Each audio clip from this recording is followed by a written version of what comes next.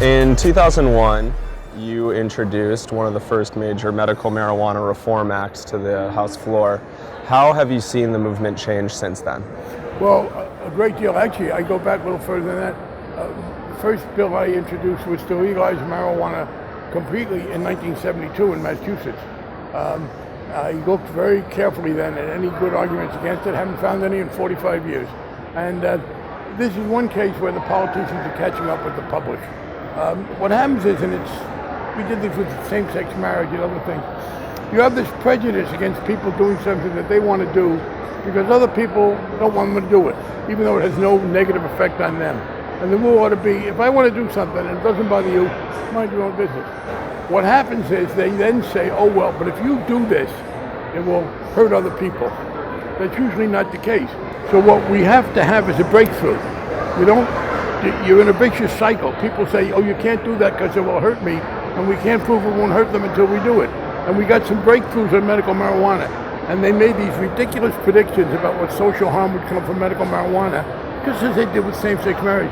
And as the ridiculous predictions are rebutted by reality, things go further and further. Unlike LGBT issues, though, medical marijuana seems to be an across-the-aisle issue at this point, just because of the revenue it's producing, is it not? Partly because of the revenue, although in fairness, and you're right, LGBT, the Republicans have not given in at all, at least the elected officials. There is more bipartisan support for marijuana. It's more Democratic than not, but there is some bipartisan support. And actually, it comes, in fairness, not just from revenue, but from libertarians.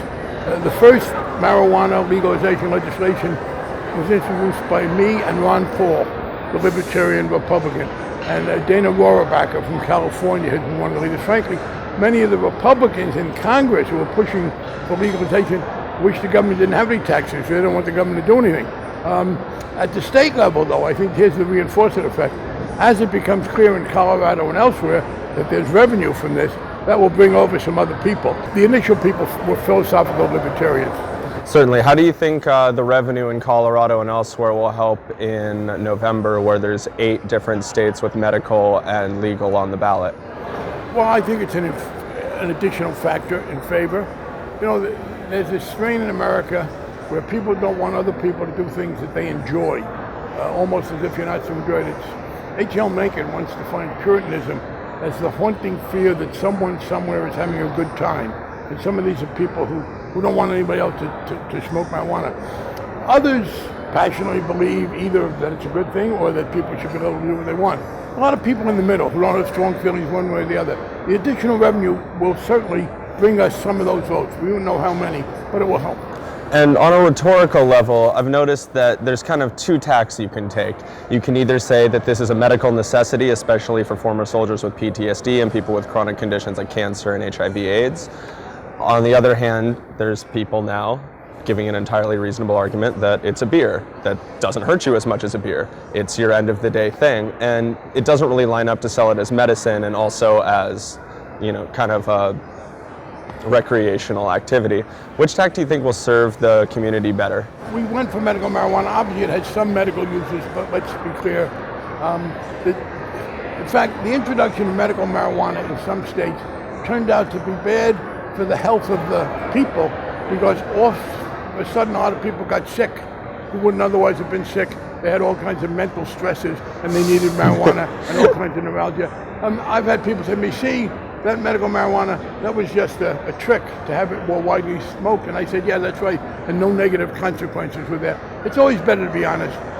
Most of us believe, yes, it's good for people to be able to get it medically, but there are people who ought to be able to smoke it who don't have a medical need, and there is no negative consequence.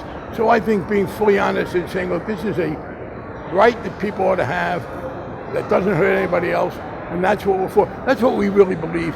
And you get in trouble in politics if you try to say things you don't fully believe.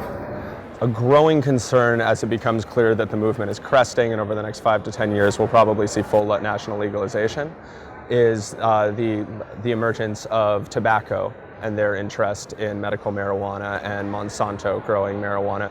How do we protect the small businesses and the local farmers that have begun to profit off of this and at a state level?